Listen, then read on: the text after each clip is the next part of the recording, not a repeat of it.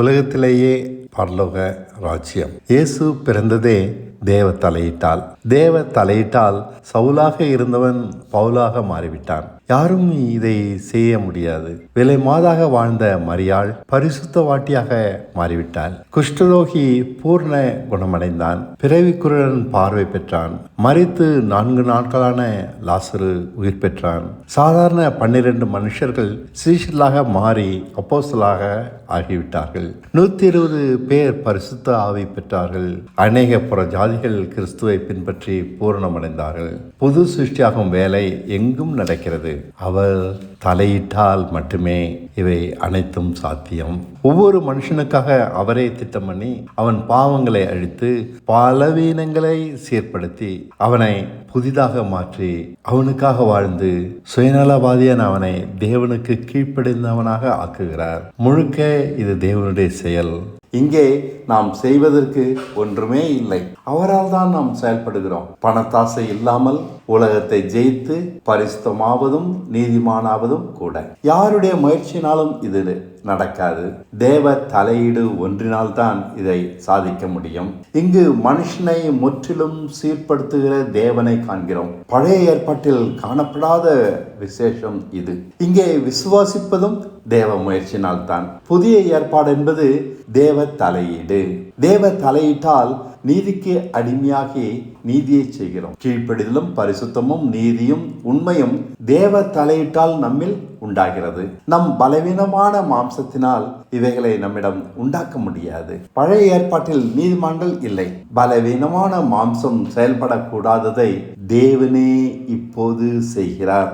ரோமர் 8:3. அதெப்படியெனில் மாம்சத்தினாலே பலவீனமாயிருந்த நியாயப்பிரமாணம் செய்யக்கூடாததை தேவனே செய்யும்படிக்கு தம்முடைய குமாரனை பாவ மாம்சத்தின் சாயலாகவும் பாவத்தை போக்கும் பலியாகவும் அனுப்பி மாம்சத்திலே பாவத்தை ஆக்கினைக்குள்ளாக தீர்த்தார். தேவனே செய்கிறார், நாம செய்யறது இல்லை. தேவனே நம் வாழ்க்கையில் தலையிட்டு சகலவற்றையும் செய்கிறது அல்லவா? இதுதான் புதிய ஏற்பாடு. நம் பக்தியால் வேத அறிவால் இங்கே செய்வதற்கு ஒன்றும் இல்லை. உண்மையை, உத்தமத்தை, அன்பை, பரிசுத்தத்தை, ஏன் மனம் திரும்புவதை கூட அவர்தான் நம்மிடம் நடப்பிக்க வேண்டும். அதனால் நாம் பூரணம் அடைகிறோம். சகலமும் அவர் தலையிட்டார். புதிய ஏற்பாட்டில் அவர் சித்தப்படி வாழ விட்டு கொடுக்கிற யாரையும் நீதிமானாக்காமல் அவர் விடவே மாட்டார். அவர் நம் வாழ்க்கையில் தலையிடுகிறபடியால் யாரும் பரிசுத்தம் ஆகாமல் போகவே முடியாது. யாரும் பலவீனமாய் இருக்க வாய்ப்பே இல்லை. அவர் தலையிடாவிட்டால் வேதம் படித்து ஜெபித்து கொண்டே இருப்போம். புதிய சிருஷ்டியாக மாறும் வாய்ப்பையும் அடைய முடியாது. நம் வாழ்க்கை சீர்படாமல் முடிந்துவிடும். குஷ்டரோகியான மனுஷன் பூரண குணமாகிறான். பிறவிக்குருடன் பார்வை அடைகிறான். மரித்தவன் எழுகிறான். அவர் செய்கிற எதுவுமே பரிபூர்ணமானது. அவர் தலையிடுவதால் நம் வாழ்வில் எங்கும் பரிசுத்தம், எதிலும் சமாதானம், அன்பு, நீதி என அனைத்தும் நிறைந்த வாழ்க்கை. ஒருவனுக்கு நீ இப்படி இரு என்று சொல்ல வேண்டிய அவசியம் இருக்காது. எபிரேயர் 8:11. அப்பொழுது சிறியவன் முதற்கொண்டு பெரியவன் வரைக்கும் எல்லோரும் என்னை அறிவார்கள். ஆகையால் கர்த்தரை அறிந்து கொள் என்று ஒருவன் தன் அயலானுக்கும் ஒருவன் தன் சகோதரனுக்கும் போதிக்க வேண்டியது இல்லை. தேவன் இடைப்பட அனைத்தும் தானாய் உண்டாகிறது. அவனவன் சரியாக நடப்பான், ஆரோக்கியமாக. தேவன் தலையிட்டு நமக்காக வாழ்கிறார். சகலமும் அவர் கட்டுப்பாட்டில். தானாய் பிள்ளைகள் ஒழுங்காய் நடக்கின்றன. தேவைகள் நம்மை நெருக்கினாலும் நாம் தப்பிக்கப்படுகிறோம். ஆபத்துகள் நிச்சயம் என்றாலும் அது நம்மை தொடுவதில்லை. கடன்காரர்கள் மத்தியில் சமாதானமாக வாழ்கிறோம். எதிரிகள் நம்மை விழுங்கி விடுவோம் என மிரட்டினாலும் அவர்கள் காணாமல் போகிறார்கள். அனைத்தையும் கட்டுப்படுத்துகிறார். குறை இருந்தாலும் தேவையான பொருள்கள் நமக்கு கிடைக்கின்றன. எதுவும் வீணாவதில்லை.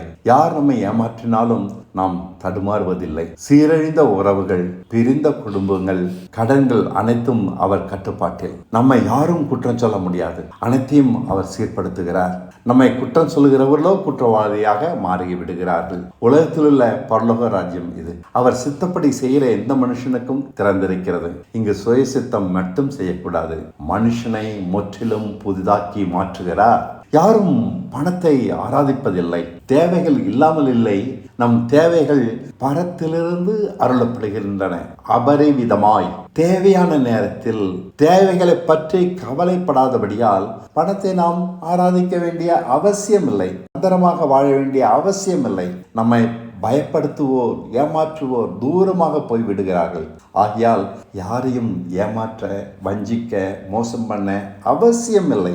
யாருடைய பொருள்களையும் இச்சிக்க அவசியமில்லை. பாவத்திற்கே முடிவு வந்துவிட்டது. அதே போல எதற்கும் பயமில்லை. நம்மையோ நம் பொருள்களையோ வேறு யாரும் தொட முடியாது, அவர் அனுமதி இல்லாமல். இரவில் வண்டியை வெளியே விடும்போது பூட்டாதிருந்தாலும் யாரும் எடுப்பதில்லை. நம்மை பாதுகாக்கிறவர் ஒருவர் இருக்கிறார். தேவன் நம் வாழ்க்கையில் தலையிடுகிறார். இதெல்லாம் எதற்கு செய்கிறார்? மேஜிக் காண்பித்து நம்மை குஷிப்படுத்தவா? இல்லை. இவைகளை எல்லாம் அவர் செய்கிறபடியால் நாம் பாவம் செய்ய வேண்டிய அவசியம் இல்லாமல் போக வேண்டும். யாரையும் பயக்க வேண்டிய அவசியம் இல்லாமல் போக வேண்டும். நாம் அவரை போல அன்பில் பூர்ணமாக வேண்டும். சுயநலமான நம்மை மாற்றி தேவனை நேசிக்கிறவர்களாக உருவாக்க வேண்டும். இதுதான் அவர் வாஞ்சை. ஆச்சரியமாக இல்லையா? இது முடியுமா? அவரால் முடியும். நம்மில் சாதிக்க விரும்புகிறார். சாதித்தால் நாம் அவருடைய திறமைக்கு புகழ்ச்சியாக விளங்குவோம். எபேசியர் 1:5. நமக்கு தந்தருளின தம்முடைய கிருபைக்கு மகிமையின் புகழ்ச்சியாக நாம் இருக்கிறோம். இதுதான் புதிய ஏற்பாட்டின் நோக்கம். நம் வாழ்வில் தேவன் தலையிடுவதின் நோக்கம். இடம் கொடுத்தால் போதும். நாம் இடம் கொடுக்காவிட்டால் கற்கள் இடம் கொடுக்கும். அவரை பற்றி கேள்விப்படாதவர்களை மாற்றி தேவனே உயர்வாக அவர்களை பிரகாசிக்க வைப்பார். அவமானம் நம்மை மூடும். யாரையும் நேசிக்க தெரியாத சுயநலமான மனுஷர்களாகிய நம் வாழ்க்கையில் தலையிட்டு அவரை மனப்பூர்வமாக நேசிக்க வைப்பதே அவர் நோக்கம். அப்போது சகலமும் சீரடைகிறது. தன் வல்லமையும் அன்பையும் நமக்கு விளங்க பண்ணுவதற்கு காரணம் நம்மிடம் இதை எதிர்பார்க்கிறார். தேவனை நேசிக்கிற ஜனம் பெரிய பிரசங்கி ஆக வேண்டாம். தேவனை முதலாவது நேசிக்க பழக வேண்டும். பெரிய தியாகம் செய்து சுசேஷனாக வேண்டாம். அவர் சித்தம் மட்டுமே செய்து வாழ வேண்டும். நாம் தேவனுக்காக வைராக்கியம் பாராட்டுவதில் அர்த்தம் இருக்கிறதா என்ன? சாதாரண மனுஷர்களாகிய நம் கவலையற்று வாழ்வதால் அவர் மகிமைப்படுகிறார். இச்சைகள் நிறைந்த நாம் அவைகளை நிறைவேற்ற ஓடாமல் மனமோ வந்து அவர் சித்தப்படி நடப்பதால் அவர் மகிமைப்படுகிறார். எதற்கும் பயப்படாமல் அவரை சார்ந்து வாழ்வதால் தேவன் மகிமைப்படுகிறார். இப்படி தேவனை மகிமைப்படுத்துவதே நம் பக்தி வைராக்கியத்தை காட்டிலும் சிறந்ததாகும். பயம், கவலை, இச்சை இவைகளே நம் மாம்சத்தின் தன்மைகள். இதிலிருந்து விடுதலாக்குவதால் நாம் பழுதற்றவர்களாகி கரை திரை ஒன்றுமில்லாதவர்களாக மாறுகிறோம். இப்படி நம்மை உருவாக்கி தமக்கு முன் குற்றமற்றவர்களாக நிறுத்துவதே நம் வாழ்வில் தலையிடுவதன் அவருடைய நோக்கம். இவைகளுக்கு அடிமைகளாக இருக்கிறவரை அவரை நாம் நேசிக்க முடியாது. இந்த விதமாக வாழ்வில் தலையிட்டு நம்மை பரிசுத்தப்படுத்துகிற தேவன் அவர். தக்க ஆலோசனை தருகிறார். ஆகையால் பயம் எதற்கு? பாதுகாப்பை தருகிறார். தக்க விதத்தில் தேவைகளை தருகிறார். ஆகையால் கவலை ஏது? இச்சை ஏது? பாவம் செய்ய இடமே இல்லை. நம் தேவைகளை ஆராதித்த நாம் இனி தேவைகளை அல்ல தேவனை ஆராதிக்கலாம். அவர் அனுமதிக்காதவரை நமக்கு தீங்கு செய்வார் ஒருவரும் இல்லை. தேவன் நம் வாழ்வில் தலையிட விசுவாசம் ஒன்றே அன்றி வேறொன்றையும் நம்மிடம் எதிர்பார்க்கவில்லை.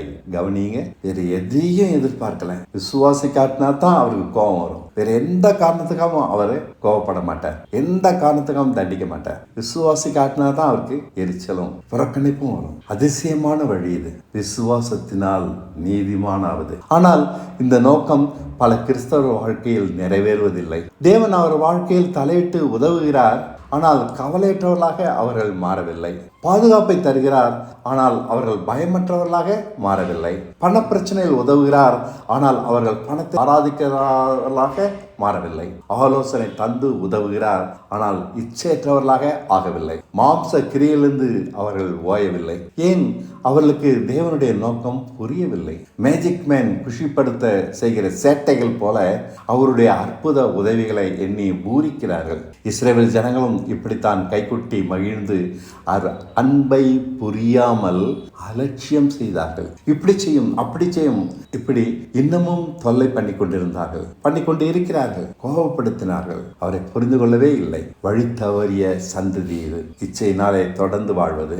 வேறொரு சந்ததியும் காண்பிக்கிறேன் பாருங்கள். தன் முயற்சினால் சுத்தமாக வாழ்ந்து கொண்டு தேவனுக்காக வாழ்வதாக இந்த மற்றொரு சந்ததி நினைக்கிறார்கள். மேலும் அவர்கள் உலக ஆசீர்வாதங்களால் நிறைந்திருக்கிறார்கள். மனசாட்சியின்படி சுத்தமாக வாழ்கிறவனுக்கு உபாகமத்தின்படி உலக ஆசீர்வாதங்களை வாக்கு பண்ணி இருக்கிறார்.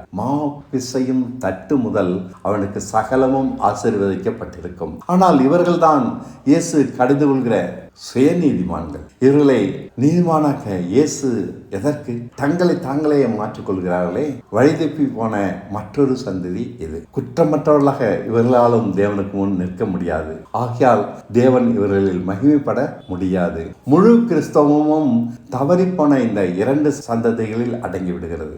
ஒருவரை தேவனை சார்ந்து கொண்டு இச்சையோடே வாழ்கிறவர், மற்றவர் சுயநீதியால் வாழ்கிறவர். வலது பக்கம் இவர்கள், இடது பக்கம் அவர்கள். இதில் எதிலும் சாயாமல் விசுவாசத்தினால் தேவனுக்கு முன் நீதிமானாக ஆபிரகாமை போல வாழ்கிற ஒரு மனுஷனை எங்கும் காணோம். விசுவாசத்தினால் நீதிமானாகிற தேவ வழி இன்றும் வாந்தியினாலும் மனுஷ கழிவினாலும் நிரப்பப்பட்டிருக்கிறது. நான் சொல்லவில்லை, ஏசாயா 28:8 சொல்கிறான். போஜன பீடங்கள் எல்லாம் வாந்தியினாலும் அசுத்தத்தினாலும் நிறைந்திருக்கிறது, சுத்தமான இடமே இல்லை. முதலாவது வகை வாந்தி. இன்னும் இச்சைகள் நிறைந்தவர்களாய் தேவனை தேடுகிறார்கள். இரண்டாவது வகை மனுஷர்கள் கழிவுகள், அதாவது சுயமுயற்சி, அதனால் வரும் சுயநீதி. தேவனுக்காக வாழ்கிற வாழ்க்கை தேவனால் வாழ வேண்டும், நம் முயற்சினால் வாழ முடியாது, வாழக்கூடாது. முதலாவது வகையில் தேவன் தலையிடுகிறார். ஆனால் அவர்கள் இச்சையை நிறைவேற்ற சொல்லி தேவனை தொந்தரவு செய்கிறார்கள். காடையை வனாந்தரத்தில் இஸ்ரேல் ஜனங்கள் கேட்டபோது தேவன் கோபப்பட்டாரே என்பதை இவர்கள் நினைக்கவில்லை. தங்கள் சித்தம் நிறைவேற தேவனை வற்புறுத்தி ஜெபிக்கிறார்கள். ஜெப வீரர்களாம். ஐயோ கொடுமை! இரண்டாவது வகையில் தேவன் தலையிடுவதே இல்லை. தாங்கள் நீதிமானாக வாழ்வதால் சிறப்பாக தேவன் தங்களை ஆசீர்வதித்திருக்கிறார் என்கிறார்கள். செல்வ சிறப்பாக. போலியான இவ்வகை சாட்சிகளே கிறிஸ்தவத்தை கெடுக்கிறது. தானும் தன் பிள்ளைகளும் உலகத்தில் எவ்வகையில் ஆசீர்வதிக்கப்பட்டிருக்கிறோம் என்று உலகத்திற்கு காண்பிக்கிறார்கள். உலக ஆசீர்வாதங்களே இன்று கிறிஸ்தவர்கள் விரும்புகிற சாட்சி. இவர்கள் வஞ்சிக்கப்படுவது நியாயம்தானே? நாம் பிதாவினால் வாழ்ந்தால் இச்சையற்றவர்களாக மாறுவோம். எவ்வளவுதான் சீர்கெட்டவர்களாக இருந்தாலும் தேவ சித்தம் செய்வோம். அப்போது தேவ தலையீடு நம் வாழ்க்கையில் உண்டாகும். எதிரிகள் ஒழிவார்கள். நம் அமைதியை யாரும் குலைக்க முடியாது. சீரழிந்த குடும்பம் ஒன்றாகி சீர்படும். பிள்ளைகளும் ஞான வழிகளை காண்பார்கள். குருடர்கள் காண்கிறார்கள். குஷ்டரோகிகளை சுகமாக்கினார். அதே போல இன்று நம் வாழ்க்கையை சரி செய்வார் தேவன். ஊழியங்களை காட்டிலும் அன்பிலே சீர்பட்ட பூரண ஜீவமே அவருக்கு முக்கியம். அன்பாக நாம் மாறினால் அவர் விரும்புகிற மனுஷனாக இருப்போம். நாம் அன்பாக வேண்டும். தேவ தலையிட்டால் இப்படி பழுதொன்றும் இல்லாதவர்களாக, பாவம் செய்ய அவசியம் இல்லாதவர்களாக வாழ்வதே கிறிஸ்தவ ஜீவியம். தேவ தலையிட்டால் வருகிற சுத்தமே பரிசுத்தம். தேவ விருப்பப்படி வாழும்போதுதான் நாம் அன்பாக இருக்க முடியும். இடுக்கணிலும் தேவையற்றவர்களாக இருக்க முடியும். கடும் ஆபத்திலும் பயமற்றவர்களாக இருக்க முடியும். தேவன் வாழ்க்கையில் தலையிட்டபடியால் பரிசுத்தமாகிறோம் என்பதே மெய் சாட்சி. தேவைகளை மறந்து கவலையற்றவர்களாக ஆகிறோம். ஆசைகளை சிலுவையில் அறைந்து இச்சையற்றவர்களாக மாறிவிடுகிறோம். அவர் ஆலோசனைப்படி வாழ்வதால் பயமற்றவர்களாக ஆகிறோம். வறுமையில் இருந்தாலும் சுயநலமற்றவர்களானோம். மாம்சத்தின் கொடூர பிடியிலிருந்து முழுக்க விடுதலை ஆவதே உண்மையான சாட்சி. இச்சாட்சிகள் தான் உலகத்தை கலக்கும். இவ்வழிதான் கர்த்தருடைய வழி. இவை அனைத்தும் தேவன் நம் வாழ்வில் தலையிடுவதால் நடக்கிறது. அதனால் உண்டான நம்பிக்கையும் தைரியமும் தான் இவர்களை சாட்சியுள்ளவர்களாக மாற்றியது. வெறும் வேத வசனங்களை அறிவதால் இப்படி யாரால் மாற முடியும்? நம் எதிரிகள் அடக்கப்படுவார்கள். அதை தேவன் செய்து முடிப்பார். செங்கடலை பிளந்து நம்மை மீட்பார். எதிரிகளை அழிப்பார். அதை காணும் நாம் விசுவாசத்தை கற்று பார்க்கிறோம். நம் வாழ்க்கையை நாம் திட்டமிடுவதில்லை, அதை நாம் நடத்துவதில்லை. எதிரிகளை அழிக்க நமக்கு திறமை போதாது, நம் யோசனைகள் அதற்கு பத்தாது. அவர் தலையீடு இல்லாமல் கிறிஸ்தவ வாழ்க்கையை வாழ முடியாது. இங்கு சகலமும் அவரால் திட்டமிடப்படுகிறது, அவர் இஷ்டப்படி செயல்படுகிறது. அவர் திட்டமிடுகிறபடியால் நாம் எதற்கும் கலங்கியதில்லை. எதுவும் நம்மை மேற்கொள்ள முடியாதென்ற தைரியத்தில் வாழ்கிறோம். சுய நீதியான வாழ்க்கையை யோபு வாழ்ந்தான். நம் முயற்சினால் ஓரளவு நீதியாக வாழ முடியும் தான். ஆனால் அவனிடம் சொத்துக்கள் பெருகியதே ஒழிய தேவனுடைய தலையீடு ஒன்றுமில்லை. தேவனால் வாழக்கூடிய நீதியான வாழ்க்கையை ஆபிரகாம் வாழ்ந்தான். அதனால் அவன் விசுவாசிகளின் தகப்பனானான். தேவ தலையீடு விசுவாசம் நம்மில் உண்டாக்குகிறது. இன்றும் பரலோக ஆசீர்வாதங்களுக்கு தகப்பன் அவன். எப்படி? முதலாவது அவனோடு உடன்படிக்கை பண்ணுகிறார். ஆபிரகாமோடு உடன்படிக்கை ஒன்றும் யோபோடு பண்ணவில்லை. ஆபிரகாமை ஆசீர்வதிப்பதாக வாக்கு பண்ணினார். எந்த வாக்கும் யோபுக்கு தரவில்லை. தனக்கு செய்த வாக்குத்தத்தத்தை நிறைவேற்ற ஆபிரகாம் காத்திருந்தான். அவனை தேவன் காண்பித்த வனாந்தர தேசத்தை விட்டு போகாதபடி கட்டளையிட்டார். இதுபோல எந்த கட்டளையும் யோபுக்கு தரவில்லை. ஒருமுறை ஆபிரகாம் அதை மீறிவிட்டான். கடுமையாக அதற்காக ஆபிரகாம் சிட்சிக்கப்படுகிறான். தங்கியிருந்த தேசத்தில் வறட்சி நிமித்தம் எகிப்துக்கு ஓடி போனான். எகிப்தின் ராஜா அவன் மனைவியை அவனிடமிருந்து கவர்ந்து கொண்டான். அவனுடைய மீறுதலை தண்டிக்காமல் திரும்ப அவன் மனைவியை மீட்டு ஆபிரகாமிடம் கொடுத்து விட்டார். தேவன் தலையிட்டபடியால் சாராள் திரும்ப அவனுக்கு கிடைத்தாள். அவன் மனைவி நிமித்தம் ராஜா வதைக்கப்பட்டான். யோபின் வாழ்க்கையில் தேவன் தலையிடவே இல்லை. ஆபிரகாம் நம்மை போன்ற சாதாரணமானவன். யோபை போன்ற கடுமையான நீதிமான் அல்ல. ஆபிரகாமிற்கு மறுமனைவிகள் அநேகம் இருந்தார்கள். தன் உயிரை காப்பாற்றிக் கொள்ள சகோதரன் என பொய் சொல்ல சாராளிடம் வேண்டி கேட்டுக்கொள்கிறான். உயிரை காப்பாற்றிக் கொள்ள சாராளை ராஜாவிடம் அனுப்பி வைத்தான். இதுவா நீதி? ஐயோ! ஆனால் தேவனும் தலையிடுகிறார் அவனுக்காக, இப்படிப்பட்டவனுக்காக. 5 ராஜாக்கள் சேர்ந்து சோதோமை கொள்ளையிட்டார்கள். லோத்தையும் அங்கிருந்து பிடித்து சென்று விட்டார்கள்.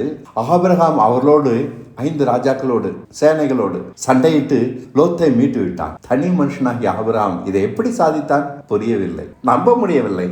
சோதோமின் ராஜா ஆபிரகாமிடம் வந்து பணிந்து கொள்ளையான பொருள்களை திரும்ப பெற்று செல்கிறார். என்ன ஆச்சரியம்! தேவ தலையிட்டால் ஆபிரகாம் ஜெயித்தான். அவ்வளவுதான் நமக்கு புரிகிறது. தேவன் ஆபிரகாமுக்கு கடுமையான கட்டளைகளை தரவில்லை. அவர் காண்பிக்கும் தேசத்தில் வாசம் பண்ண வேண்டும், அவ்வளவுதான். இதென்ன கட்டளையா? இதை செய்வது எளிது, ஆனால் இதை மீறக்கூடாது. மீறின ஒரு சந்தர்ப்பத்தில் பலத்த அடி கிடைப்பதை பார்த்தோம். இதுதான் தேவ சித்தம் செய்வது என்பது. மனசாட்சியின்படி வாழ்கிற பொய் சொல்லாதே, திருடாதே போன்ற நியாயபரமான கட்டளைகளை தேவன் அவனுக்கு தரவில்லை. தேவ சித்தத்தை மீறாமல் நடக்கும்போது அவன் பெரிய பலசாலி. பார்த்தோம், ராஜாக்களை தனியாக சந்தித்து ஜெயிக்கிறான். அனுபவிக்கும் பாதுகாப்பு மிக பெரியது. வனாந்தரம் என்றாலும் சிறப்பான பாதுகாப்போடு வாழ்ந்தான். மீறும்போது பாதுகாப்பு கொள்ளை போகிறது. எகிப்தில் உயிருக்கு பயந்து மனைவியை இழந்து போகிறான். இதைத்தான் தேவ சித்தப்படி வாழ்வது என்கிறார் இயேசு. இப்போது ஆபிரகாம் விசுவாசிகளின் தகப்பன். யோபுக்கு இப்படிப்பட்ட மகிமையெல்லாம் இல்லை. நீதியில் அசாதாரணமான அவனை விசுவாசிகளின் தகப்பன் என ஏன் சொல்லவில்லை? கடுமையான நீதியின்படி யோபு வாழ்ந்தாலும் தேவ சித்தத்தின்படி வாழ்ந்தவன் அல்ல. தேவ சித்தம் எதுவானாலும் செய்வதற்கே நமக்கு விசுவாசம் தரப்பட்டிருக்கிறது. தேவன் தான் சொன்னதை செய்வதே நீதி என்கிறார். திரும்ப சொல்றேன், அவர் சொல்வதை செய்வதே நீதி. மனம் போல சுத்தமாக வாழ்வதை நீதி என்று அவர் ஏற்றுக்கொள்ளவில்லை. ஆபிரகாம் மட்டுமே பிரியப்படுகிறார். அவன் வாழ்க்கையில் தலையிட்டு நடத்துகிறார். யோபை போல மனசாட்சியின்படி வாழ்வதெல்லாம் நீதியாகாது. யோபின் நீதி நிமித்தம் அவனிடம் பிரியம் வைக்கவில்லை. வைத்திருந்தால் ஆபிரகாமை மோரியா மலை மீது ஆசீர்வதித்தது போல ஆசீர்வதித்திருப்பார். மாறாக அவனை திருத்தும்படி பிசாசின் கையில் ஒப்படைக்கிறார். திருத்தும்படி, நீதியாக சுயநீதியின்படி வாழ்கிற யோபை திருத்தும்படி பிசாசின் கையில் ஒப்படைக்கிறார். அவன் கடுமையாக புடைத்தெடுக்கிறான். கடைசியில் திருந்தி தன் அறியாமையை யோபு கண்டு தன்னை நீசனென அறிக்கை செய்கிறான். யோபை அவர் நடத்தவில்லை, ஆபிரகாமை அவர் நடத்தினார். அவனை எவ்வளவு பூர்ணப்பட்டான் என சோதித்து பார்க்கிறார். யோபை அவர் சோதிக்கவே இல்லை, பிசாசுதான் சோதித்தான். ஆபிரகாம் ஜெயித்து விட்டான், யோபு தோற்றுவிட்டான். ஆபிரகாமிடம் அன்பு பூர்ணப்பட்டதை கண்ட பின்பே அவனுக்கு தந்த வாக்கை நிறைவேற்றுவேன் என உறுதி செய்கிறார். இன்று வரை அவன் சந்ததியாக இஸ்ரவேல் ஜனங்களை காப்பாற்றி பெருக பண்ணி வருகிறார். இனி இது ஒன்றுதான் அவர் வேலை. தேவ சித்தம் செய்வது எவ்வளவு மகிமைன்னு கவனிச்சு பாருங்க. யோபை தேவன் சோதிக்கவில்லை. அவன் மனம் விரும்பிய உலக ஆசீர்வாதங்களை எல்லாம் தந்து அனுப்பி விடுகிறார். அவ்வளவுதான், கை கழுவி விடுறார். உலக நன்மைகளுக்கு வாக்குத்தத்தம் இல்லை, சோதனையும் வேண்டாம், காத்திருக்க வேண்டிய அவசியமும் இல்லை. அவன் மனம் விரும்பியதை அவனுக்கு கொடுத்தார். திரும்ப பிள்ளைகள் 2 மடங்கு சொத்து. ஆபிரகாமுக்கு அவர் விரும்பியதை கொடுக்கிறார். யோபுக்கு அவன் விரும்பியதை கொடுத்தார். ஆபிரகாமுக்கு அவர் விரும்பியதை கொடுக்கிறார். அவன் பெற்ற நித்திய ஆசீர்வாதமான கனமகிமைக்கு யோபின் ஆசீர்வாதம் துளியும் ஒப்பாகாது. இன்று ஆபிரகாமின் அடிச்சுவடுகளில் நடக்கிறவர்கள் தான் பரலோக ராஜ்யத்தில் பிரவேசிக்க முடியும். ரோமர் 4:17. அநேக ஜாதிகளுக்கு உன்னை தகப்பனாக ஏற்படுத்தினேன் என்று எழுதியிருக்கிறபடி அவன் தான் விசுவாசித்தவருமாய் மரித்தோரை உயிர்ப்பித்து இல்லாதவர்களை இருக்கிறவைகள் போல அழைக்கிறவருமாய் இருக்கிற தேவனுக்கு முன்பாக நமக்கெல்லோருக்கும் தகப்பனானான். ஆபிரகாம் இன்று பரலோக அதிபதி. இன்று யோபை காணோம். தேவநீதிக்கும் சுயநீதிக்கும் உள்ள வித்தியாசத்தை பார்த்தீர்களா? தேவ சித்தப்படி நடப்பதற்கும் நியாயபரமான கட்டளையின்படி நடப்பதற்கும் உள்ள வித்தியாசத்தை பார்த்தீர்களா? அது நமக்கு தெரிவதில்லை. இந்த வித்தியாசம் தேவனுக்கு தெரிகிறது. தேவநீதி தேவன் நடத்துவதால் வருவது, சுயநீதி மனுஷ புத்தியின்படி வருவது. தேவநீதிக்கும் வாக்குத்தத்தம் உண்டு. சுயநீதி மனுஷனுக்கு பிடித்த ஆசீர்வாதங்களை தேடும். தேவநீதி ஒருவனை பயிற்றுவித்து பூரணமாக்கும். அதனால் எந்த மனுஷனையும் அது நீதிமானாக்கிவிடும். எந்த மனுஷனையும். சுயநீதி கடுமையானது. அதை மனுஷனால் பின்பற்ற முடியாது. அதற்கு கடும் மன வலிமை வேண்டும், கட்டுப்பாடு வேண்டும். தன் கிரியைகளில் சுத்தமாக கவனமாக இருக்க வேண்டும். எப்போதும் கடுமையான பயிற்சி வேண்டும். எல்லோராலும் பின்பற்ற முடியாது. தன்னைத்தானே நீதிமானாக்கும் முயற்சி வேண்டும். காந்தி போல. இயேசுவுக்கும் இதற்கும் சம்பந்தமே இல்லை. இதை அக்கினிக்கு ஏதுவான ஊழியம் என்கிறார் பவுல். 2 கொரிந்தியர் 3:9. ஆக்கினை தீர்ப்பை கொடுக்கும் ஊழியம் மகிமை உள்ளதாக இருந்தால் நீதியை கொடுக்கும் ஊழியம் அதிக மகிமை உள்ளதாக இருக்குமே. அதை விட ஆக்கினை தீர்ப்பு கொடுக்கும் ஊழியம், அதாவது சுயநீதி. பழைய ஏற்பாடு முழுக்க தேவ தலையிட்டால் எந்த மனுஷனும் தேவ மனுஷனாக மாறுகிறான். அவர் சொன்னபடி செய்வதால் மட்டுமே அவர்கள் மூலம் தேவன் வெளிப்படுகிறார். கீதியோன், சிம்சோன் இவர்கள் தேவன் சொன்னபடி செய்தபடியால் பலசாலிகளானார்கள். எதிரியை ஜெயித்தார்கள். பலசாலிகளாக ஆக செய்ததெல்லாம் கோமாளித்தனமானவை, பைத்தியக்காரத்தனமானவை. அவர் சொன்னபடி நெருப்பு பந்தை எடுத்துக்கொண்டு செல்கிறான் கீதியோன். எதிரிகள் விழுகிறார்கள். இது எப்படி? வேடிக்கையாக இல்லையா?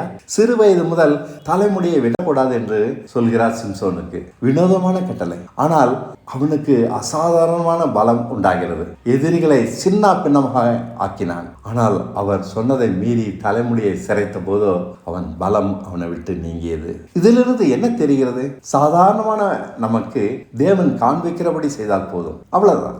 அவர் நம்மை ஏற்று அன்பில் பூர்ணமாக்கி நம் மூலம் அவர் செய்ய நினைத்ததை செய்து முடித்து உலகத்திற்கு தன்னை வெளிப்படுத்தி விடுவார். இதன் பெயர்தான் ஊழியம். சொன்னதை செய்வதே ஊழியம், மற்றதெல்லாம் அட்டுழியம். ஆபிரகாம் தேசத்தை விட்டு விலகாமல் அங்கேயே தங்கியிருந்தான். தான் இச்சிக்கிற எதையும் அவருக்காக இழந்தான். அவர் சொன்னபடி கீழ்ப்படிய அவரை போல பரிசுத்தமாகிறோம். அவர் சொன்னபடி நாம் கீழ்ப்படிய அவரை போலவே பரிசுத்தமாகி விடுகிறோம். அதனால் அவன் பழுதற்ற அன்புள்ளவனாக மாறிவிட்டான். அதே போல சிம்சோனும் கீதியோனும் மற்ற தேவ மனுஷர்கள் யாவரும் அவர் சொன்னபடி செய்ததால் மகிமைப்படுத்தப்பட்டார்கள். யோபை போல மனசாட்சியின்படி சுத்தவானாக வாழ்ந்தபடியால் தேவன் ஏற்றுக்கொண்டார் என்று சொல்ல உதாரணம் வேதத்தில் ஒருவனும் இல்லை. ஒருவன் கூட. செங்கடலை பிளந்தார்கள், ராஜாக்களை எதிர்த்தார்கள், பேழை செய்து ஜலப்பிரயத்திற்கு தப்பினார்கள். 1,80,000 யுத்த வீரர்களை ஒரே இரவில் கொன்றார்கள். நட்சத்திரத்தை பின்பற்றி வந்து இயேசுவை தரிசித்தார்கள். இன்னமும் சொல்லலாம், இடம் போதாது. எப்படி இவை? தேவ தலையிட்டால். அவர்கள் புத்தியினால் அல்ல. இப்படி தேவன் கிரியை செய்யும் முன் அவருக்கு அடங்கி காண்பித்தபடி நடந்தார்கள். அதனால் அவர்களை ஏற்று இவைகளை செய்தார். அதனால் ரட்சிப்பு உண்டானது. புரியுதா? தேவன் கிரியை செய்யும் முன் அவருக்கு அடங்கி காண்பித்தபடி நடந்தார்கள். அதனால் அவர்களை ஏற்று இவைகளை அவர் செய்கிறார். அதனால் ரட்சிப்பு உண்டானது. அவர் சொன்னபடி செய்யாத யாரோடும் கிருபை இருந்ததில்லை. பழத்தை புசியாதே, இது ஒரு கட்டளையா? ஆனால் அதன்படி செய்யாததால் ஆதாமை புறக்கணித்தார். இது நமக்கு தெரியும். ஆனால் இதனால் இன்று முழு மனுஷ சமுதாயமும் சீரழிந்து கிடக்கிறது. அவர் பொருட்படுத்தவில்லை. சிருஷ்டிகரவர். இந்த விஷயத்தில் தயவு தாட்சிணம் கிடையாது. தான் காண்பித்தபடி செய்யாத எவனையும் தேவன் புறக்கணிக்கிறார். அவன் எவ்வளவு முக்கியமானவனாக இருந்தாலும் சரி. சவுல் பொல்லாதவன் அல்ல. தேவன் சொன்னதை புறக்கணித்து தன் இஷ்டப்படி செய்தான். அவனை இவர் புறக்கணித்து விட்டார். கொடிய பாவியையும் ஏற்றுக்கொள்ளுகிற தேவன் இப்படிப்பட்டவர்களை ஏற்பது இல்லை. கொடிய பாவியையும் ஏற்றுக்கொள்ளுகிற தேவன் இப்படிப்பட்டவர்களை ஏற்பதில்லை. இதுதான் தேவஞானம். கொலைக்காரனாய் மாற்றான் மனைவியை அபகரித்தவனாய் இருந்தாலும் அவனை ஏற்றுக்கொள்கிறார். ஒரே காரணத்திற்காக அவன் தான் சொன்னபடியெல்லாம் செய்தான். யார் தெரியுமா? தாவீது.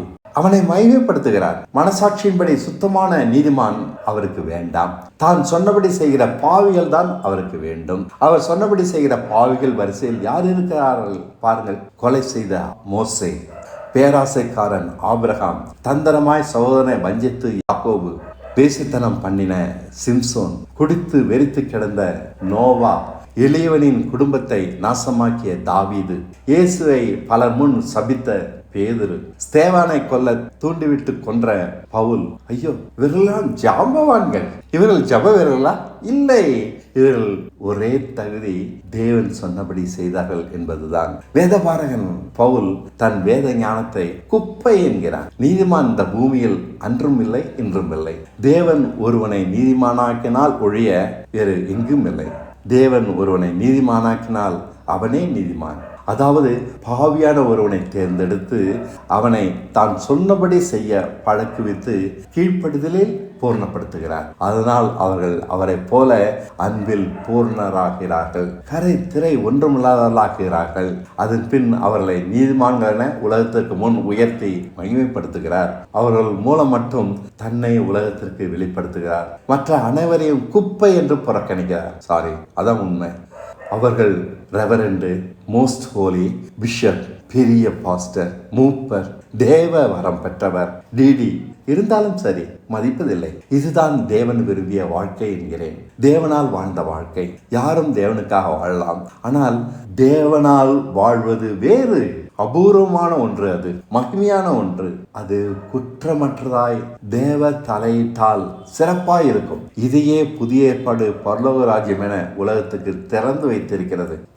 நுழைவோர் தான் இல்லை.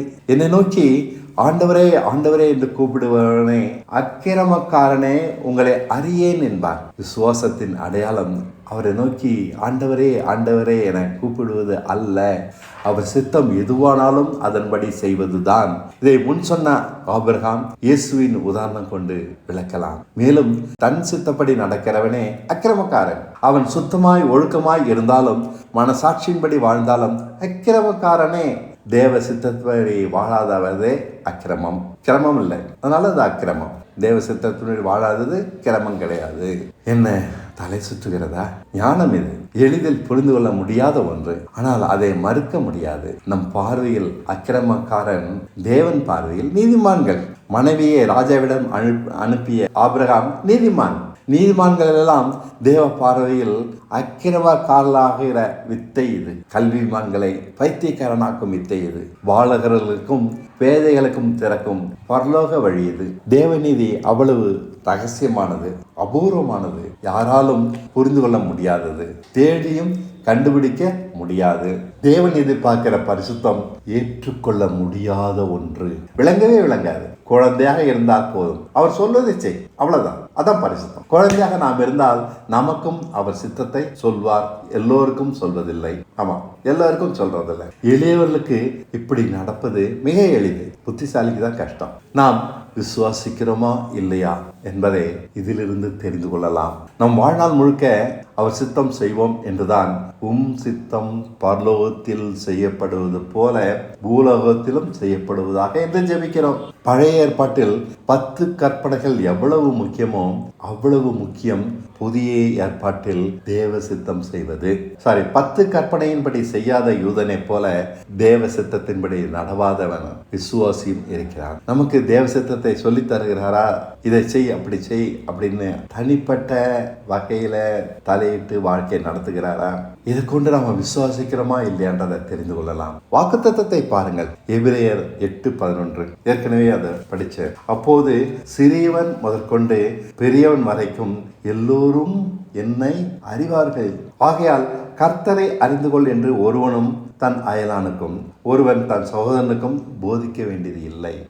இது வாக்குத்தத்தம் இல்லை, உடன்படிக்கை. உங்களோடும் என்னோடும் தேவன் செய்திருக்கிற உடன்படிக்கை. அதன்படி அவர் செய்வார் விசுவாசிக்கிறவர்களுக்கு. இந்த உடன்படிக்கை எனக்குன்னு எடுத்துக்கிற எவனுக்குமே செய்வார். இந்த உடன்படிக்கைப்படி கர்த்தரை நான் அறிந்திருப்பேன். இதுக்காக நன்றி ஆண்டவரை நம்ம சொல்லணும். ஏன்னா இந்த வாக்குத்தத்தத்தை நம்ம சொந்தம் கொண்டாடி உரிமை கொண்டாடணும். இது உடன்படிக்கையின்படி எனக்கு செய்யுங்க அப்படின்னு நம்ம ஆண்டர்கிட்ட கேட்க வேண்டாம். இந்த உடன்படிக்கை என்னோட செய்திருக்கிறீங்க. உடன்படிக்கை உடனடியாக செஞ்சாகணும். லேட் பண்ண முடியாது. வாக்குத்தத்தம்னா அது எவ்வளவு வேணாலும் லேட் பண்ணலாம். ஆண்டவர் இதுபடி உடனே செய்வதற்கு கட்டுப்பட்டவர். ஒருவனை கர்த்தரை அறிந்து கொள்ளென மற்றவனுக்கு சொல்ல வேண்டிய இராது. ஏனெனில் பிதாவின் சித்தம் செய்யாமல் நாம் அவர் கிருபைக்கு புறம்பாக இருப்போம். கட்டாயம் இது நீங்க கேட்கலாம். நான் என்னுடைய ஜெபத்துல என் வார்த்தையை கேட்கிற ஒவ்வொருவங்களுக்காகவும் இந்த உடன்படிக்கையின்படி நீங்க செய்யுங்கன்னு கேட்டுக்கிட்டு இருக்கேன். எல்லோருக்காகவும் என் மேல் கோபப்படாதீர்கள், உண்மையாகத்தான் சொல்கிறேன். ஏசாயா 58:13 பாருங்கள். என் பரிசுத்த நாளாகிய ஓய்வு நாளிலே உனக்கு இஷ்டமானதை செய்யாதபடி உன் காலை விலக்கி உன் வழிகளின்படி நடவாமலும் உனக்கு இஷ்டமானதை செய்யாமலும் உன் சொந்த பேச்சை பேசாமலும் இருந்து ஓய்வு நாளை மனமகிழ்ச்சி நாள் என்றும் கர்த்தருடைய பரிசுத்த நாளை மகிமையுள்ள நாள் என்றும் சொல்லி அதை மகிமையாக கனம் பண்ணுவாயானால், அதுக்கப்புறம் இப்படிதான் ஆசீர்வதிப்பேன்னு சொல்றாரு. இப்படி செய்வாயானால், அதாவது ஒரு சித்தத்தை படி எதையும் செய்யாத, நமக்கு இஷ்டமானதை செய்யாமல் அவருக்கு இஷ்டமானதை செய்வதே ஓய்வு நாள். அதை கனம் பண்ணு. அப்படி அவருக்கு சித்தமானதை மட்டும் செய், உன் இஷ்டமானதை செய்யாத. எனக்குன்னு சொந்த புத்தி இருக்கக்கூடாது. கடவுள் காண்பிக்கிறத மட்டும் செஞ்சுட்டு நம் சொந்த காரியங்களை தேடாமல் அவருக்கு மகிமையை தேடும்படி ஓய்வு நாளை கொடுத்தார். அதாவது நம் மாம்சத்திற்கு நம் சுயநலத்திற்கு ஓய்வு. அதுதான் பரலோக ராஜ்யம். நமக்கு சித்தமானதை தேடாமல் அவருக்கு சித்தமானதை தேடுவதே ஓய்வு நாள். நாம் பரிசுத்தமாகும் வழி, இதை மட்டும் அவர் நம்மிடம் எதிர்பார்க்கிறார். இதை மட்டும். அப்போது கர்த்தரில் மன மகிழ்ச்சியாயிருப்பாய். பூமியின் உயர்ந்த இடங்களில் உன்னை ஏறி இருக்க பண்ணி யாக்கோபின் சுதந்திரத்தால் உன்னை போஷிப்பேன். ஏசாயா 58:14. அப்பொழுது கர்த்தரில் மன மகிழ்ச்சியாயிருப்பாய். பூமியின் உயர்ந்த இடங்களில் உன்னை ஏறி இருக்க பண்ணி. இன்னைக்கு யார உங்களையும் என்னையும் நம்ம சொந்தமான வழியில சிந்திக்காம சொந்த புத்தியை யூஸ் பண்ணாம வாழ்க்கையை வாழ்ந்தோமானா உன் தகப்பனாகிய யாக்கோபுடைய சுதந்திரத்தால் உன்னை போஷிப்பேன். கர்த்தருடைய வாய் இதை சொல்லிற்று. ஏன் அப்படின்னு சொல்றாரு? நான் செய்வேண்டா. இன்று ஆபிரகாம் உயர்ந்த இடத்தில் இருக்கிறான், நான் செத்து போல. இதுதான் நாம் சென்றடைய வேண்டிய இடம். செத்த பின் நாம் காண முடியாத பரலோகம் இல்லை இது. இதை நாம் இங்கு அடையலாம். இன்று தேவனை பிரியப்படுத்த முடியும். யாக்கோபின் சுதந்திரம் என்றால் என்ன? நம்பிக்கையும் ஆறுதலும் தான், தைரியமும் பொறுமையும் தான். இதனால் நிரம்பிய வாழ்க்கை எவ்வளவு சிறந்தது அனுபவித்து பார்த்தால் தான் தெரியும். பிதாவின் சித்தம் என்ன தெரியாத சோரம் போன கிறிஸ்தவ சந்ததியை என்னவென்று சொல்ல, எப்படி மாற்றுவது? 10 கற்பனைகளே தெரியாத யூதனை போல இவர்கள் இருக்கிறார்கள். விசுவாசம் என்றால் என்னவென்றே தெரியவில்லை. பிதாவின் சித்தம் செய்த சாட்சிகள் இவர்கள் மத்தியில் இல்லை. தான் செல்ல வேண்டிய வழி தெரியாத கிறிஸ்தவன் அரிசி இருக்க தவிட்டே தின்ற மனுஷனுக்கு ஒப்பாக இருக்கிறான். அற்புதம் தேடுகிறார்கள். தேவன் என்றால் அற்புதம் செய்ய வேண்டுமா? இவர்களை நடத்துபவர்கள் அப்படி போதிக்கிறார்கள். இது ஒரு பக்கம். மறுபக்கம் சுயநீதியில் மேட்டுமை கொள்கிறார்கள். காரணம், நடத்துபவர்கள். எப்படிப்பட்ட பாவியையும் நேசித்து ஏற்றுக்கொள்கிற தேவனால் ஏற்றுக்கொள்ள முடியாதவர்களாய் இவர்கள் ஆகி போனார்கள். இவர்கள் நீதிமான்கள், திருப்தியானவர்கள், பரிசேயர்கள், வேதபாரர்கள். இப்படிப்பட்டவர்கள் இன்றும் கிறிஸ்தவர்களை நடத்துகிறபடியால் வந்த அவல நிலை இது. விசுவாசத்தினால் நீதிமானாகும் ஒருவன் இருந்திருந்தால் ஆபிரகாமை போல தேவனால் புகழப்படுகிற சந்ததி உண்டாகி இருக்கும். அப்போ அதனுடைய பலம் எப்படி இருக்கும்? ரோமர் 2:29. உள்ளத்தில் யூதனானவனே யூதன், எழுத்தின்படி உண்டாகாமல் ஆவியின்படி இருதயத்தில் உண்டாகும் விருத்த சேதனமே. ஆசை, இச்சை எல்லாமே விருத்த சேதனமாகிறது. இருதயத்தில் உண்டாகும் விருத்த சேதனமே விருத்த சேதனம். உள்ளத்தில் யூதனானவனே யூதன். யாரு? தேவனை நேசிக்கிறவன் தான் யூதன். இப்படிப்பட்டவனுக்குரிய புகழ்ச்சி, திரும்ப பேசுறேன், இப்படிப்பட்டவனுடைய புகழ்ச்சி மனுஷரால் அல்ல, தேவனாலே உண்டாயிருக்கிறது. அது என்னைக்கு நிற்கும்? ஆபிரகாமின் புகழ்ச்சி, தாவீதின் புகழ்ச்சி உங்களுக்கும் எனக்கும் அதுக்கு வாய்ப்பு. ரட்சிப்பட்டால் இது இல்லாமல் வேற எதை நினைக்கிறார்கள்? வசனம் சொல்லுகிறது தெளிவாக, விசுவாசத்தினால் நீதிமானாவதே ரட்சிப்பு என்று.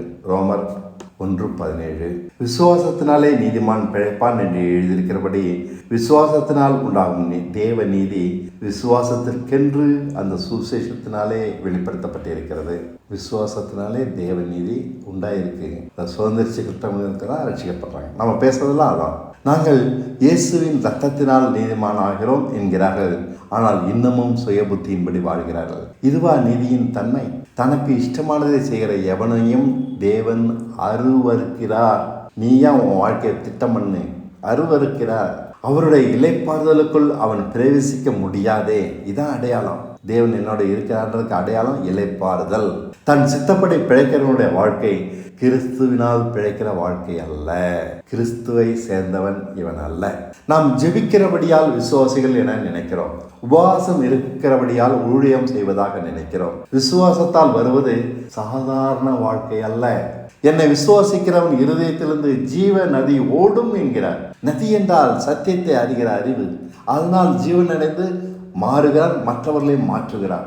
எனக்கு ஊழியம் செய்கிறவன் நான் இருக்கிற இடத்தில் அவனும் இருப்பான். அவரால் பிழைக்கிறவனே அவருக்கு ஊழியம் செய்கிறான். தாவீது, ஆபிரகாம் அவருக்கு ஊழியக்காரர்கள். அவர் இருக்கிற இடத்தில் அவன் இருக்கிறான். அவரை போல மகிமையில் சிறந்து தேவ பிரகாசமாய். எவ்வளவு பெரிய வார்த்தைகள் இவை! சாதாரணமாக எண்ணிவிட்டோம் இவைகளை. சத்தியத்தை மாற்றிவிட்டபடியால் அதன் உண்மையான பலனை அடையாமல் போகிறோம். மெய் சத்தியத்தினால் உண்மையான கிறிஸ்தவ ஜீவியம் வளரும். பலங்கள் அதிசயமானது. அதை சாதாரணமாக நினைத்துவிட வேண்டாம். கடைசியாக அவனவன் தன் கட்டடத்தை எப்படி கட்டுகிறான் என்று பார்க்க கடவன் என்கிறார் பவுல். சிலர் பொன்னினாலும் வெள்ளியினாலும் விலையேறப்பட்ட கற்களினாலும் கட்டுகிறார்கள். மற்றவர்கள் மத நம்பிக்கையால் சுயநீதியால் கட்டுகிறார்கள். இவை சோதனையின் முன் நிற்காது. தேவன் திட்டம் பண்ணி நடத்தாத வாழ்க்கை வைக்கோல் தான், மரம். இவை எரிந்து போகும். எரிந்து போனால் நாம் கட்டிய வாழ்க்கையே வீண். நம்மிடம் விசுவாசம் வளர்ந்து தேவனை அறிகிற அறிவு பெருகினால் பொன்னினாலும் வெள்ளினாலும் விலையேறப்பெற்ற கற்களினாலும் கட்டுகிறோம். மற்றபடி கட்டுகிற வாழ்க்கை சோதனையில் நிற்காது. ஐயோ, நான் பலவீனன் சொல்லாதீர்கள். கட்டடம் கட்டும் முன் சிந்திக்க வேண்டிய விஷயம் இது. கட்டடத்தை கட்ட துவங்கிவிட்டு இந்த வார்த்தையை சொல்லக்கூடாது. முன்பே பலவீனத்தை, அதாவது நாம் பலவீனத்தை அறிந்திருந்தால் பலப்பட்டு இருப்போம். நாம் பலவீனர்கள் என்பதை அறியாதபடியால் விசுவாசத்தை அறியாத பலவீனர்களாக இருக்கிறோம். விசுவாசத்தை கற்றுக்கொள்ள முடியவில்லை. சத்தியத்தினால் விடுதலை ஆகாமல் இருக்கிறோம். எரிந்து போகிற பக்தி வேஷங்கள், பக்தி வைராக்கியங்கள், சபை போதனைகளால் நிறைந்திருக்கிறோம். தேவன் தராத ஊழிய பாகங்களால் கட்டுகிறோம். நாம் தோற்க காரணம் நாம் தான். தலையில் அடிச்சு சொல்ற, நாம் தோற்க காரணம் நாம் தான். திரும்ப திரும்ப சொல்லுங்க, நாம் தோற்க காரணம் நாம் தான். சத்தியத்தை அறிந்தால் ஏது பலவீனம்? நம் பலவீனத்தை அறியாமல் இருக்கிறோமே. நம் பலவீனம் எது? நம் சுய புத்தி. இதுதான் நம்முடைய பலவீனம். இதுதான் நிறைய யூஸ் பண்றோம். தேவ மனுஷன்டா செத்து போய் கிடக்கும். நாம இங்கே தான் மாறணும். அப்பதான் ஒரு கட்டணம் பொன்னினால கட்டப்பட்டிருக்கோம். ஆதாம் முதல் யூதாசு வரை விழுந்தவர்கள் எல்லோரும் தன் பலவீனத்தை, தன் சுய புத்தியை அறியாமல் விழுந்தார்கள். பாவம். நம்மோட இருக்கிற சாத்தான் இவன். யாரு? நம் சுய புத்தி தான். சாத்தானை இயேசு கிறிஸ்து சிலுவையில அழிச்சிட்டாரு. ஆனா நமக்குள்ள ஒண்ணு இருக்கு, சுய புத்தி. தேவன் சொன்னதை செய்யவில்லை ஆதாம், இயேசு செய்தார். சிலுவை என்றாலும் சரி என்றார். நடுவே சின்ன கோடு தான். சுய புத்தியை ஒருத்தர் உபயோகிச்சாரு, இன்னொருத்தர் உபயோகிக்கல. எவ்வளவு பெரிய மகிமை, எவ்வளவு பெரிய வித்தியாசம். ஒன்று நரகம், ஒன்று பரலோக. இல்லை, பரலோக மகிமை, உன்னத வாழ்க்கை சின்ன நடக்கோடு, சுய புத்தி அது துடிச்சுக்கிட்டே இருக்கு, அவ்வளோ ஈஸியாக வர்றதில்லை. அதனால தான் ரோமர் 2:29 படித்தோம், இருதயத்தில் உண்டாகும் விருத்த சேதனமே விருத்த சேதனம். சுய புத்தி ஒழியணும். சத்தியத்தின் கரடு முரடுகளை காண்பித்து உங்களை பயமுறுத்துவது என் நோக்கம் அல்ல. உண்மை சுடும் என்றாலும் அது குணமாக்கும் ஔஷதம். குழந்தை போல விசுவாசிக்கிறவனு எவனுக்கும் இந்த வழி வரப்பிரசாதம். சொல்வதை செய், கேள்வி எதுவும் கேட்காதே. தேவனால் நடத்த முடியும். அப்போது எளிதாக. நித்திய ஜீவன் சும்மாவா கிடைக்கும்? அவ்வளவும் தேவ ஞானம். மனுஷ அறிவுக்கு எட்டாதது. வழி மிக குரல்களானது இல்லையா? சுய புத்தி முற்றிலும் இல்லாமல் போக வேண்டும். உங்கள் வேத அறிவெல்லாவற்றையும் தூக்கி போடுங்கள், அவர் போதிக்கட்டும். அதான் நம்ம சொல்லியிருக்காரு. பயப்படாதீர்கள். எபிரேயர் 8:10-11 படிக்கிறேன் திரும்பவும். அந்த நாட்களுக்கு பின்பு நான் இஸ்ரவேல் குடும்பத்தாரோடே பண்ணும் உடன்படிக்கையாவது என்னுடைய பிரமாணங்களை அவர்களுடைய மனதிலே வைத்து அவருடைய இருதயங்களில் அவைகளை எழுதுவேன். நான் அவர்கள் தேவனாயிருப்பேன், அவர்கள் என் ஜனமாயிருப்பார்கள். 11 அப்பொழுது அப்பந்தான் சிறியவன் முதற்கொண்டு பெரியவன் வரைக்கும் எல்லோரும் என்னை அறிவார்கள். ஆகையால் கர்த்தரை அறிந்து கொள் என்று ஒருவன் தன் அயலானுக்கும் ஒருவன் தன் சகோதரனுக்கும் போதிக்க வேண்டியது இல்லை. 10 செஞ்சிட்டார்னா 11 தானா நடக்கும். 10 செய்வேன்னு சொல்லியிருக்காரு உடன்படிக்கையில. என்னுடைய பிரமாணங்களை அவர்கள் மனதிலே வைத்து நாம் ஒண்ணுமே செய்ய வேண்டாம், அவருடைய இருதயங்களே அவைகளை எழுதுவேன். ஏற்கனவே பார்த்தோம், குழந்தை எலும்புகளை எழுப்பி விடுறாரு. அவைகள் ஒண்ணுமே செய்யல, எந்திரிச்சு நிக்குது, ஒரு சேனையா நிக்குது, ஒன்றோட ஒன்று இணைந்து. அவர்களுக்குள்ள சண்டைகள் கிடையாது. ஆச்சரியம். நான் என் கற்பனைகளை அவர் மனதிலே வைத்து அவருடைய இருதயங்களில் எழுதுவேன். அப்போ இது நடக்கும். நம்ம எல்லாம் உலர்ந்த எலும்புகள் தான். அவர் ஒன்றும் நம்ம தலையிடாத வரைக்கும் நம்ம எல்லாருமே உலர்ந்த எலும்புகள் தான். அவர் நம்ம மாற்றுவேன்னு உடன்படிக்கை பண்ணியிருக்காரு. யார? உங்களையும் என்னையும். நான் நம்புறேன், எனக்கு நான் நம்புறேன், உங்களுக்காக உங்களை நம்புறேன். இந்த உடன்படிக்கையின்படி அந்த செய்வார். செய்யணும்.